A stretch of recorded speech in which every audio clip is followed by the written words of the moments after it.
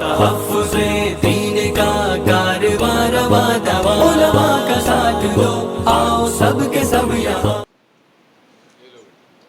اب اردو زبان میں تقریر پیش کرنے کے لیے میں طلحہ انصاری کو دعوت دیتا ہوں کہ وہ آئے اور تقریر پیش کریں۔ نحمده ونصلی علی رسولہ الکریم، اما بعد۔ محترم صدر جلسہ، مشفق اساتذہ کرام اور حاضرین مجلس، آج کی اس پر رونق محفل میں میری تقریر کا عنوان ہے یہ امت خرافات میں کھو گئی۔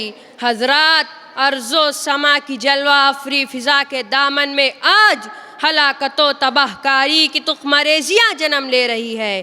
عقل و خیرت کے ہاتھوں اصولوں کی قبائے چاک ہو رہی ہے۔ یہودیت و عیسائیت کی عیاریوں نے عالم کو ذہنی غلامی کا طوق پہنا رکھا ہے۔ مغربیت کے تیز دھارے نے عام انسانوں کو اپنی چنگل میں جکڑ رکھا ہے اور ہر دردمند انسان اپنے رب کو یوں آواز دے رہا ہے: تو دیکھ سیاکاری ارباب ضلالت، تو دیکھ سیاکاری ارباب ضلالت، انسان کے حلقوم پہ چلتا ہوا آ رہا۔ اب تو میرے مولا اسی تاریک افق پر، اب تو میرے مولا اسی تاریک افق پر چمکا دے غریبوں کے مقدر کا ستارہ۔ آج کی یہ دنیا، کنتم خیر امت اخرجت للناس تأمرون بالمعروف وتنہون عن المنکر وتؤمنون باللہ کی نعمت بیش بہا کی حامل مخلصین و مصلحین کی طالب اور پیاسی ہے، جن کے بارے میں فرمان الہی ہے: تلک الدار الآخرۃ نجعلها للذین لا یریدون علوا فی الارض ولا فسادا والعاقبۃ للمتقین۔ اے امت مسلمہ کے غیور جیالو، یہ امر کس حد تک افسوسناک اور باعث کرب اندوہ ہے کہ جس ملت بیضا کو فریض قیادت و سیادت اور منصب اصلاح و تبلیغ سے بخوبی عہدے برا ہونا تھا، آج تحفے قند و گلاب کی سرمستیوں اور تربناکیوں میں محو خواب ہے۔ عالم عربی امریکہ کے نگار خانوں میں اپنی زلفیں سنوار رہا ہے۔ عالم اسلامی بدعت و رسمیات سے دل بہلا رہا ہے۔ غرض ملت اسلامیہ گروہ میں بٹ کر ہر فرد اپنے دل کے لبانے کا سامان فراہم کر رہا ہے۔ Internet, mobile, television, dish, antenna, lottery, cinema بینی، فحاشی، عریانیت، بد اخلاقی اور تعصب و غارتگری نے کوہرام مچا رکھا ہے۔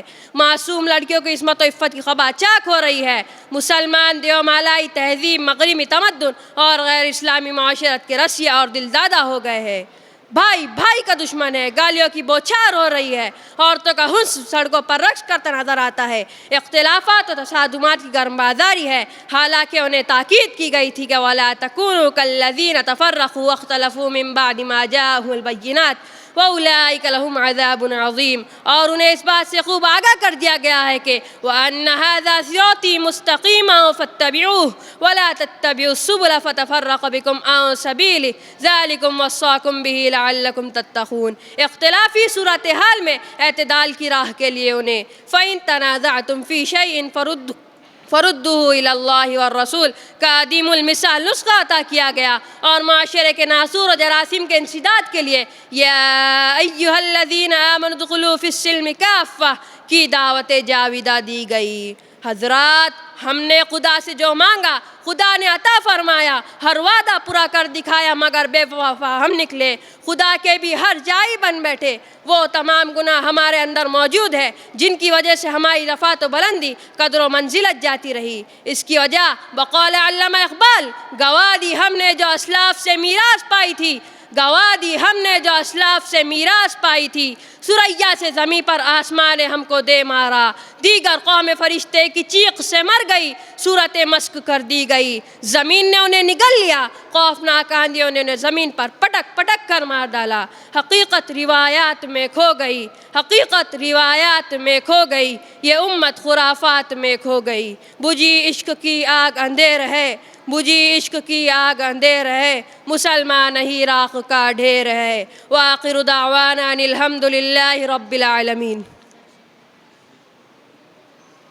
ہے ہند میں انوکھا مرکز تحفظ دین، یہ دین کا ترجمہ ہے مرکز تحفظ دین۔